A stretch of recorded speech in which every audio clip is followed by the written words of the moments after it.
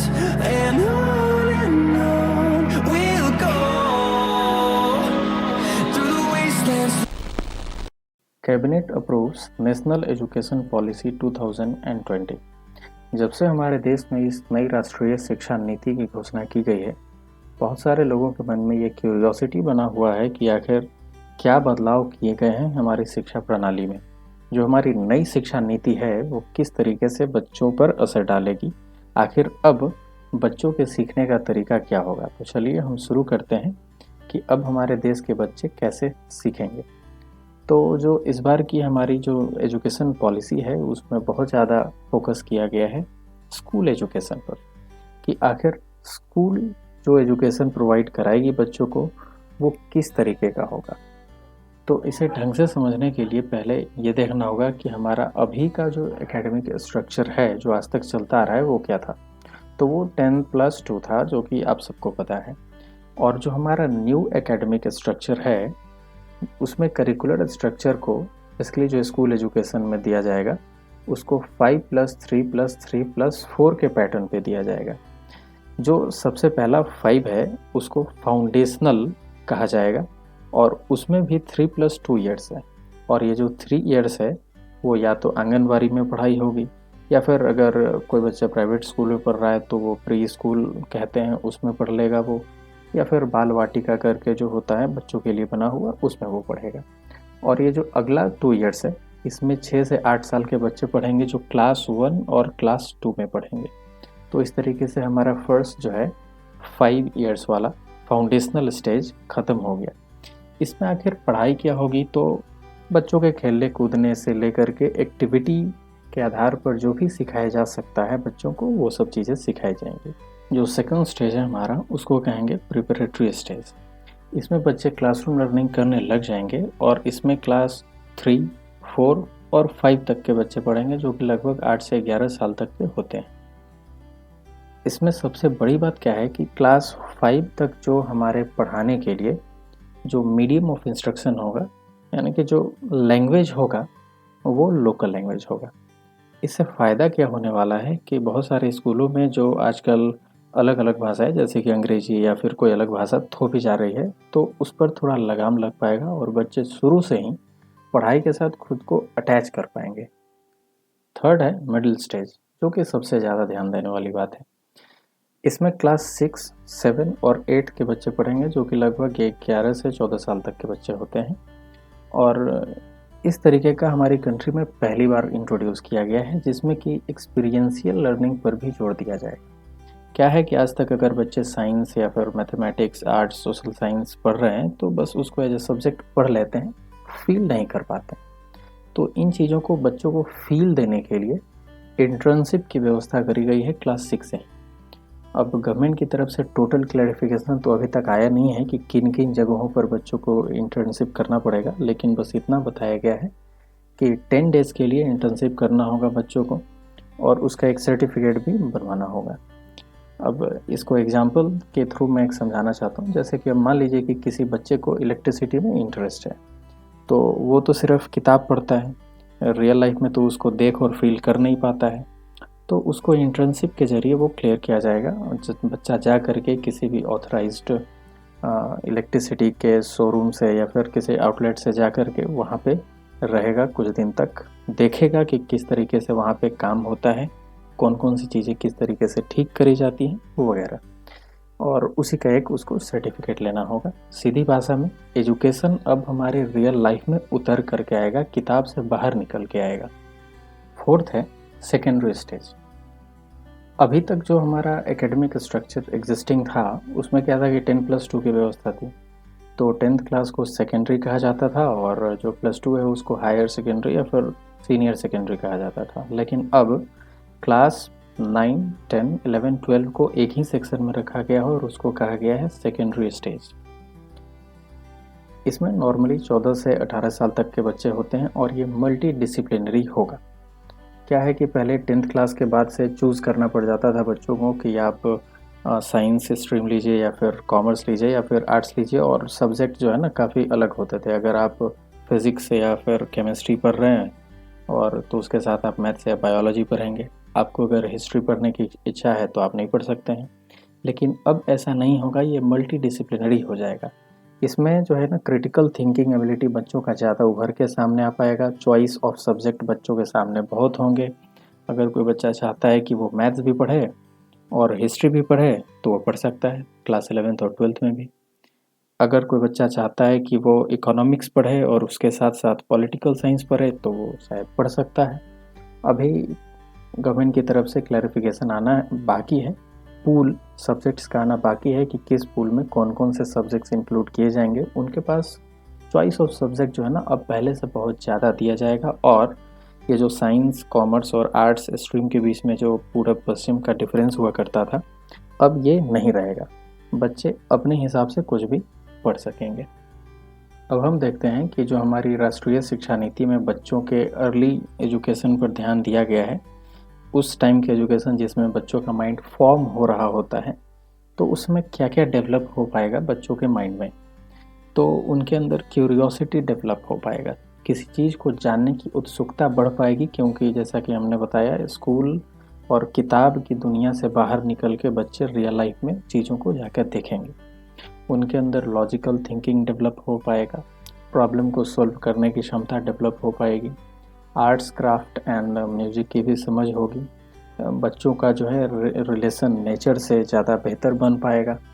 सही एजुकेशन वही है जो बच्चों को बाहर की दुनिया में भी काबिल बनाती है, न कि सिर्फ किताबी ज्ञान देती है। बच्चों को जो है नैतिक शिक्षा भी दी जाएगी और सेल्फ आइडेंटिटी, खुद को पहचानने की क्षमता भी डेवलप हो पाएगी। उनके अंदर व्यवहारिक ज्ञान को भी बढ़ावा दिया जाएगा और उसके साथ ही साथ टीम वर्क सिखाया जाएगा, कैसे ग्रुप में मिल करके किसी वर्क को इफ़ेक्टिवली कर पाएंगे। आगे जो ध्यान देने वाली बात है वो ये है कि अब बच्चों के डिजिटल लिटरेसी पर भी जोर दिया जाएगा। यानी कि बच्चों को अब 6 क्लास से ही कोडिंग वगैरह सिखाया जाएगा, उनकी कंप्यूटेशनल थिंकिंग डेवलप की जाएगी। ऐसा नॉर्मली देखा जाता है कि कुछ बच्चे जो हैं बचपन से ही कंप्यूटर वगैरह के फील्ड में काफ़ी अच्छे होते हैं, तो क्यों ना उनको उसी की शिक्षा दी जाए और उसी में उनको डेवलप किया जाए। आगे एक बहुत अच्छी बात यह है कि अब बच्चों के मेंटल और फिजिकल हेल्थ और उनके वेलबींग का भी ध्यान रखा जाएगा, और ये सभी बच्चों के लिए मैंडेटरी हुआ कि उनको कुछ स्किल्स दी जाएं, जैसे कि हेल्थ और न्यूट्रिशन से रिलेटेड, फिजिकल एजुकेशन का नॉलेज, फिटनेस का, वेलनेस का, स्पोर्ट्स का नॉलेज सभी बच्चों को अब दिया ही जाएगा। और हेल्थ चेकअप, हर साल सभी बच्चों का हेल्थ चेकअप जरूर होगा स्कूल में। अब हम देखते हैं कि एग्जामिनेशन का तरीका क्या होगा ग्रेड 1 to 8 तक। तो इसमें है moving away from road learning, यानी कि जो हमारा रट के सीखने का तरीका था अब वो नहीं रहेगा, उससे हम दूर हट रहे हैं। अब एग्ज़ाम में ये देखा जाएगा कि जो भी आपके पास नॉलेज है किस तरीके से उस नॉलेज को आप अपने रियल लाइफ में अप्लाई कर सकते हैं, इसी का असेसमेंट किया जाएगा। लेकिन इससे ज़्यादा इंटरेस्टिंग है क्लास 9 to 12 तक का एग्ज़ाम। एग्ज़ाम्स को अब जो है ईजियर कर दिया जाएगा, बोर्ड एग्ज़ाम्स को आसान बना दिया जाएगा, ताकि ज़्यादा से ज़्यादा बच्चे भी अब उसमें सफल हो पाएँ और उसको एनुअल से हटा करके शायद उसको सेमेस्टर वाइज एग्ज़ाम लिया जाए, जिसमें ऑब्जेक्टिव और डिस्क्रिप्टिव दोनों टाइप के क्वेश्चंस पूछे जाएंगे। और ये जो नया असेसमेंट का तरीका है ये 2022 से 23 तक के एकेडमिक सेशन में ये लागू हो जाएगा। अब हम देख रहे हैं कि जब बच्चों का रिजल्ट आएगा तो वो एक होलिस्टिक प्रोग्रेस कार्ड दिया जाएगा, उसमें 360 डिग्री मल्टी डायमेंशनल रिपोर्ट होगा। उसमें एक सबसे बड़ा इंक्लूजन ये है कि उसमें सेल्फ असेसमेंट का भी एक कॉलम होगा, यानी बच्चे खुद को भी मार्क्स दे पाएंगे। पीयर असेसमेंट, यानी कि बच्चों के क्लासमेट्स भी अब उनको मार्क्स देंगे। और टीचर असेसमेंट, टीचर्स तो मार्क्स देते ही। और ये भी देखा जाएगा कि किस तरीके से उनका साइकोलॉजिकल डेवलपमेंट हुआ है, उनका इमोशनल डेवलपमेंट हुआ है, किस तरीके से उनके सोशल कॉन्सेप्ट का डेवलपमेंट हुआ है, ये सारी चीज़ें भी अब देखी जाएंगी। इससे होगा क्या कि आजकल जो इंसानों को, बच्चों को जो मशीन की तरह ट्रीट किया जाने लगा है वो थोड़ा कम हो पाएगा। अभी क्या है कि इन बच्चों के इंटेलिजेंस को मेमोरी पावर से मिसअंडरस्टैंड किया जाता है, यानी कि जो बच्चा ज़्यादा किताब को रट सकता है और ज़्यादा लिख सकता है एग्ज़ाम में, उसी को ज़्यादा इंटेलिजेंट समझा जाता है, उसी को ज़्यादा काबिल समझा जाता है। तो ऐसा कुछ है नहीं। अगर चीज़ों को रटना ही, अगर किताब को ज़्यादा से ज़्यादा सीखना ही असली एजुकेशन है, तो फिर आज हमारे हाथ में जो मोबाइल है या फिर जो कंप्यूटर है हमारे पास, वो हमसे ज़्यादा चीज़ें एक दिन में सीख सकता है। तो हमारे एजुकेशन का वो मतलब नहीं है। सही मायने में एजुकेशन तो वो है जो बच्चों को या फिर किसी को भी रियल लाइफ में कैसे स्टैब्लिश होना है वो सिखा पाता है, सही और गलत में पहचान करना सिखा पाता है, डिसीजन मेकिंग एबिलिटी देता है और विषम परिस्थितियों में भी सही निर्णय लेने की जो क्षमता डेवलप करता है, वो एक सही मायने में एजुकेशन की परिभाषा कही जा सकती है। तो ये जो प्रोग्रेस कार्ड होगा उसमें साइकोलॉजिकल, सोशल, इमोशनल सारा डेवलपमेंट देखा जाएगा, असेस किया जाएगा और जो हमारा सब्जेक्ट का और बुकिश नॉलेज है वो तो देखा ही जाएगा। तो ये हो गया हमारा करिकुलर स्ट्रक्चर का 5+3+3+4 यानी कि टोटल 15 ईयर्स ऑफ एजुकेशन। इसमें जो फर्स्ट स्टेज था जिसको कि फाउंडेशनल स्टेज कहेंगे वो 5 ईयर्स का था। इसमें 3+2 ईयर्स था। 3 ईयर्स का मतलब प्री स्कूलिंग हो गया और जो 2 ईयर्स था उसमें क्लास 1 और 2 हो गए। जो सेकेंड प्रिपरेटरी स्टेज है उसमें 3 ईयर्स का है और वो क्लास 3, 4, 5 हो गया। थर्ड जो कि मिडिल स्टेज है उसमें क्लास 6, 7 और 8 हो गया। फोर्थ जो कि 4 ईयर्स का है और वो सेकेंडरी स्टेज कहेंगे, उसमें क्लास 9, 10, 11 और 12 हो। अब ये 15 ईयर्स का जो एजुकेशन है ये ख़त्म हो जाने के बाद अब हम चलते हैं हायर एजुकेशन की तरफ यानी कि कॉलेज वाली पढ़ाई कि अब उसमें क्या क्या चेंजेस हुए हैं उसको देखते हैं।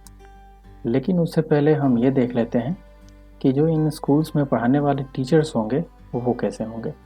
तो टीचर बनने के लिए जो मिनिमम एलिजिबिलिटी क्राइटेरिया है वो है बीएड का। बीएड होना चाहिए तभी आप टीचर बन सकते हैं और वो आप कर सकते हैं 12th के बाद।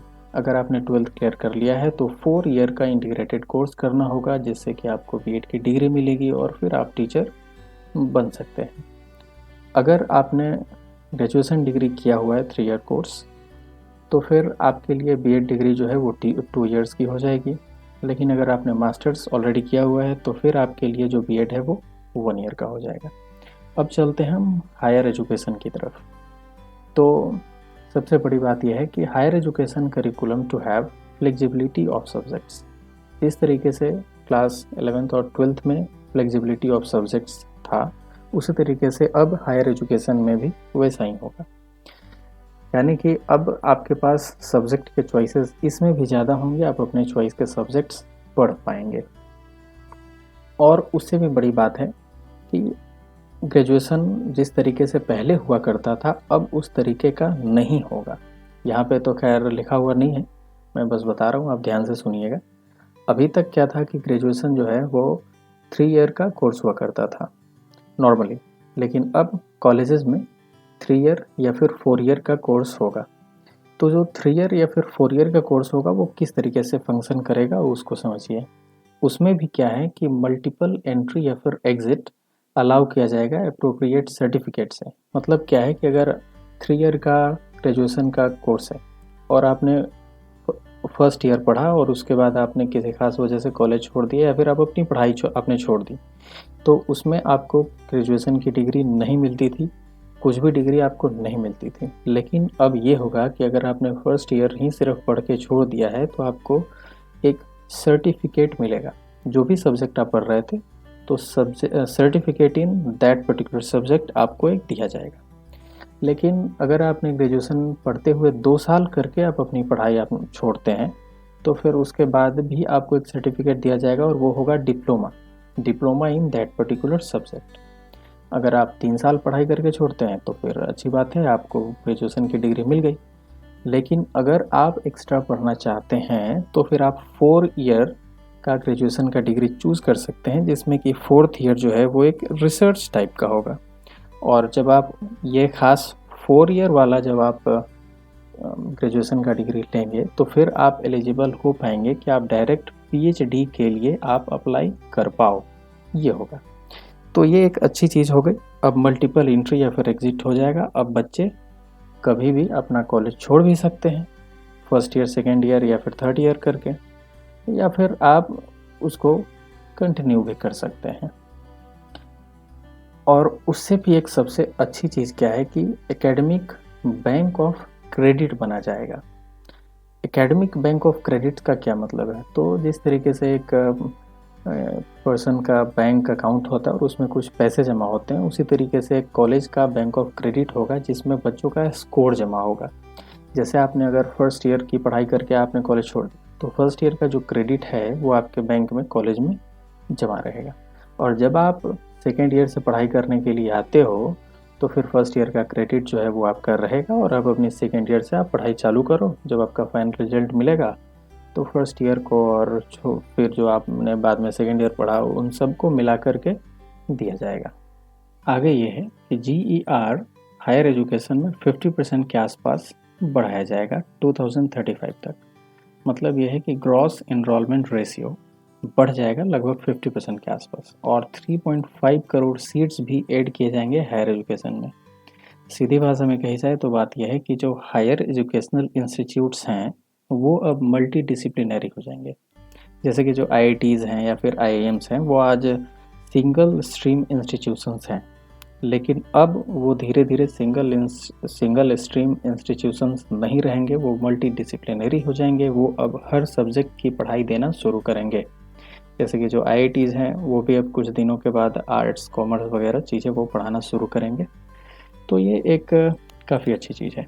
हो सकता है कि समय के साथ उनका नाम बदल दिया जाए, लेकिन ये एक है ओवरऑल अच्छी चीज़। जैसे कि अगर आप पूरी दुनिया के टॉप क्लास इंस्टीट्यूशंस की बात करेंगे जैसे कि ऑक्सफोर्ड है, हार्वर्ड है या फिर कैम्ब्रिज है, तो ये सिंगल स्ट्रीम वाले इंस्टीट्यूशंस नहीं हैं। वो सिर्फ एक ही सब्जेक्ट की या फिर एक ही फील्ड की वो पढ़ाई नहीं कराते, लगभग सारे सब्जेक्ट्स की पढ़ाई वो लोग कराते हैं। और अच्छी बात यह है कि अब हमारी भी कंट्री में उसी टाइप का पढ़ाई होने वाला है और हमारे कॉलेजेस भी उसी के पैटर्न पे होने वाले हैं, तो ये बहुत अच्छी चीज़ है। आगे हम बात करते हैं रेगुलेटर्स की। तो जो अभी हमारी कंट्री में रेगुलेटर्स हैं जैसे कि UGC है, AICTE है या फिर NCTE है, तो इन सब रेगुलेटर्स को ख़त्म कर दिया जाएगा और एक सिंगल रेगुलेटर बनाया जाएगा जो कि हमारी कंट्री के सारी यूनिवर्सिटीज़ को या फिर कॉलेजेस को रेगुलेट करेंगी। तो यही सारे चेंजेस हुए हैं एजुकेशनल सिस्टम में। खैर चेंजेस तो बहुत सारे और भी हैं और इन सब का डिटेल्ड डिस्क्रिप्शन भी बहुत ज़्यादा लंबा चौड़ा है, लेकिन मैंने इस इतने छोटे से वीडियो में एक छोटा सा ही मैंने एक रिव्यू दिया है, सिंप्लीफाइड सा। तो इस वीडियो में इतना ही है और जो भी चेंजेस हुए हैं ये देख करके अब काफ़ी अच्छा लग रहा है कि अब हमारे सपनों का भारत बदल रहा है और उम्मीद करते हैं कि इस नई एजुकेशनल पॉलिसी से हमारे देश में काफ़ी ड्रास्टिक चेंजेस आएँ और ये एक अच्छे चेंजेस हों। तो आज के लिए इतना ही। सी यू।